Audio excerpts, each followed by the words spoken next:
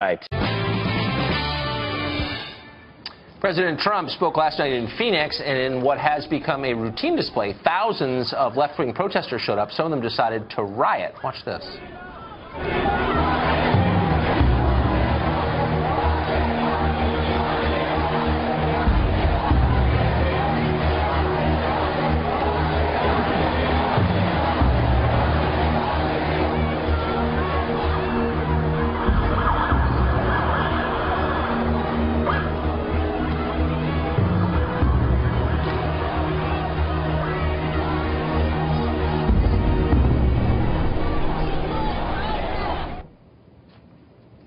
Ouch, that now famous piece of tape.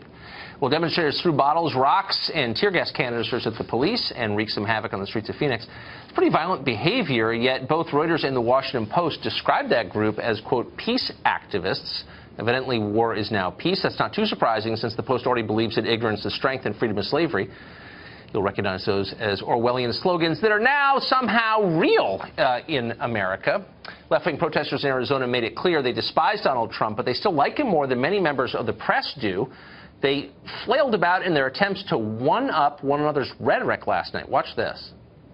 And I think it's one of the more morally shocking things that Trump has done, which is saying something, is he's basically going there in the hopes of starting a riot. The only defensible explanation is if he is not mentally well. Because if he is, then he is just such an incredible, self-centered, narcissistic, unfit jerk. He has given oxygen to racists.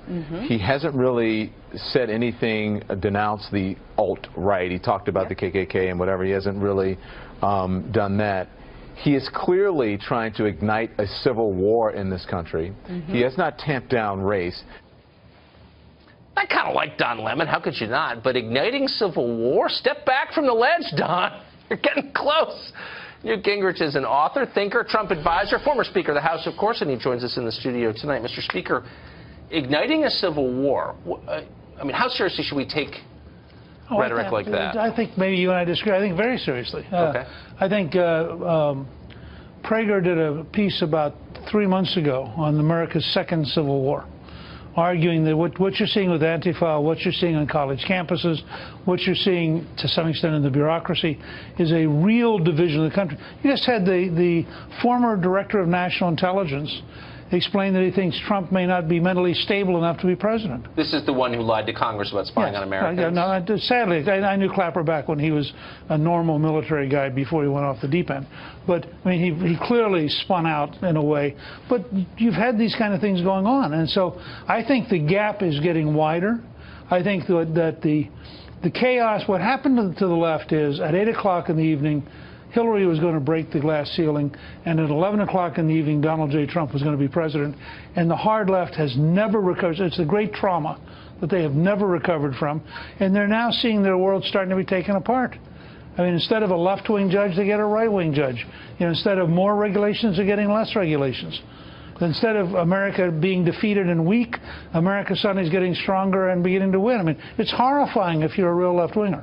So I spent a lot of time on the show pointing out the hysteria and the absurdity of some of the claims on the left, and we'll continue to do that because it's unbelievable. On the other hand, just as an American, I don't want a civil war. I don't want this to happen. I don't want the country to be this divided. What's the solution to this? Well, look, I think a very good friend of mine teaches Civil War history at Gettysburg College, and he has made the case that the parallels between Trump's inaugural and Lincoln's inaugural and the reactions to them are amazing. That if you go and you look at how South Carolina slave newspapers responded to Lincoln, and then you look at how the left responded to Trump, they're almost verbatim parallels. And, you know, I wish we could all sing Kumbaya and come together, but I don't think that's going to happen. And I think what's going to happen is the left is going to get crazier and crazier. You just did this piece I told you a while ago. I have to get this in. That I think we really ought to talk about ESPN as the extremely stupid political network. Yeah. Because what they do, no matter how Trump goes off the reservation, they find a way to be dumber. I mean, every time you get ready to think, well, you know, the president really shouldn't do X, they come along and do something crazy on the left. It's almost like they're working for him. But how do you, I mean, is it inexorable, this move toward like permanent division? What do you do about it? Because, I mean, if it ever you know, societies that turn against themselves, right. you know, it's bad. Well, look, as a historian, my view is pretty straightforward. One side or the other wins. It's not like you come together with some grand compromise. One side or the other wins. Now, what's happening and what's driving the left crazy is the 8 years of Obama were a disaster at every level below the presidency. They lost state legislative seats, they lost governorships, they lost the House and Senate. And so the country, in response to seeing the left, began moving away from the left. And that process, I think, is continuing. And I think that that's part of why you see a Democratic Party that can't recover even when the president gives them opportunities. I think also they're faced with reality.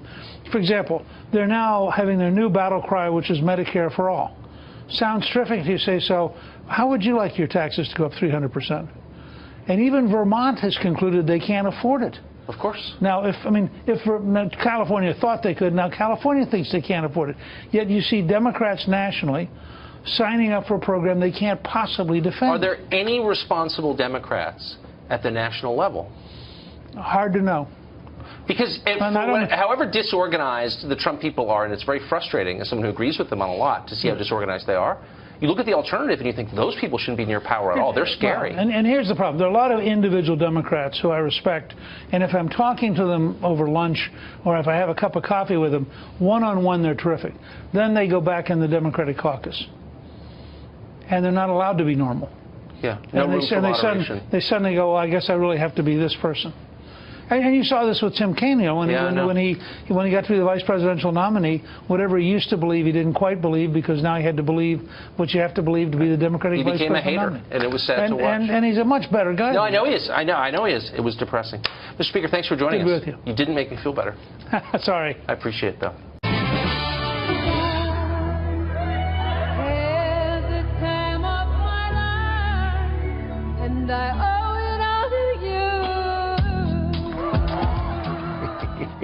Probably the greatest thing the internet has ever produced.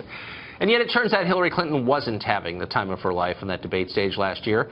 Her new book, What Happened, is just 3 weeks away from release. You probably pre-ordered it. But we have newly released excerpts. In them, Clinton describes her visceral disgust, her revulsion at sharing a debate stage with Donald Trump. It was the second presidential debate, and Donald Trump was looming behind me. 2 days before, the world heard him brag about groping women. Now we were on a small stage, and no matter where I walked, he followed me closely, staring at me, making faces. It was incredibly uncomfortable. He was literally breathing down my neck. My skin crawled. It was one of those moments where you wish you could hit pause and ask everyone watching, well, what would you do? Do you stay calm, keep smiling, and carry on as if he weren't repeatedly invading your space? Or do you turn, look him in the eye, and say loudly and clearly, back up, you creep, get away from me?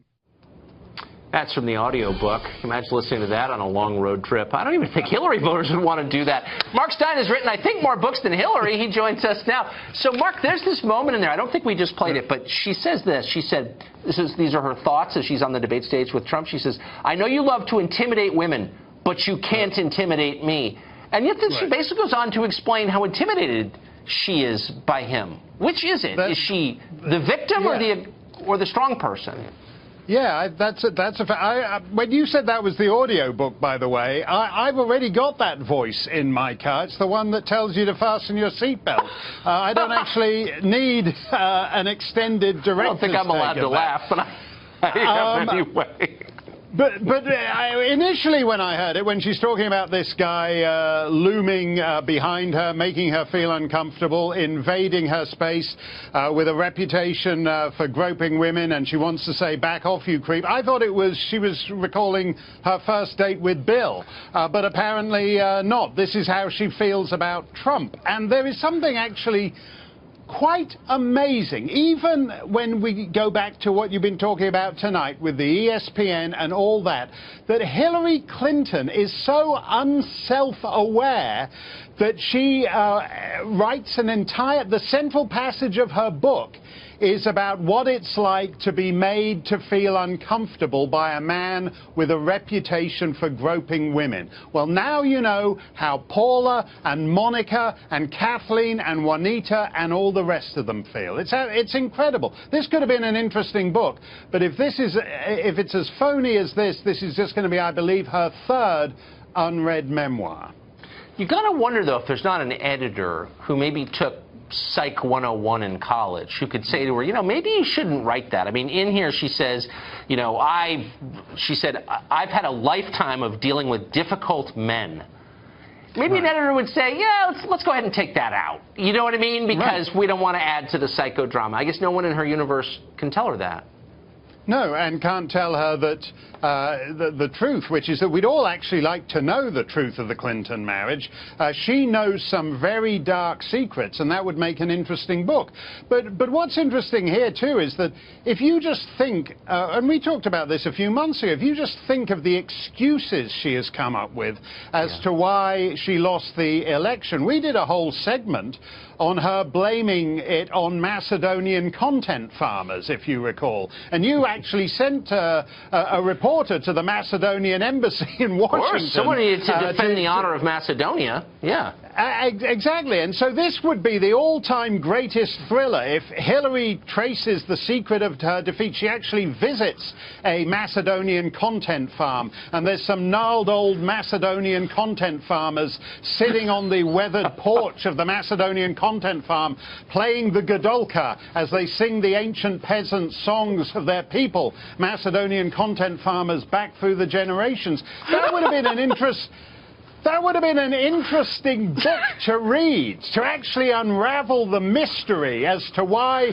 the most inevitable president in the history of inevitability is now washed up and wandering in the woods talking to herself and saying to Bill, well, you know, that Donald Trump, he really made me feel uncomfortable. And he has this reputation for groping women, Bill. Oh, where are you going? You're just popping in to see that attractive young widow who's moved in next door.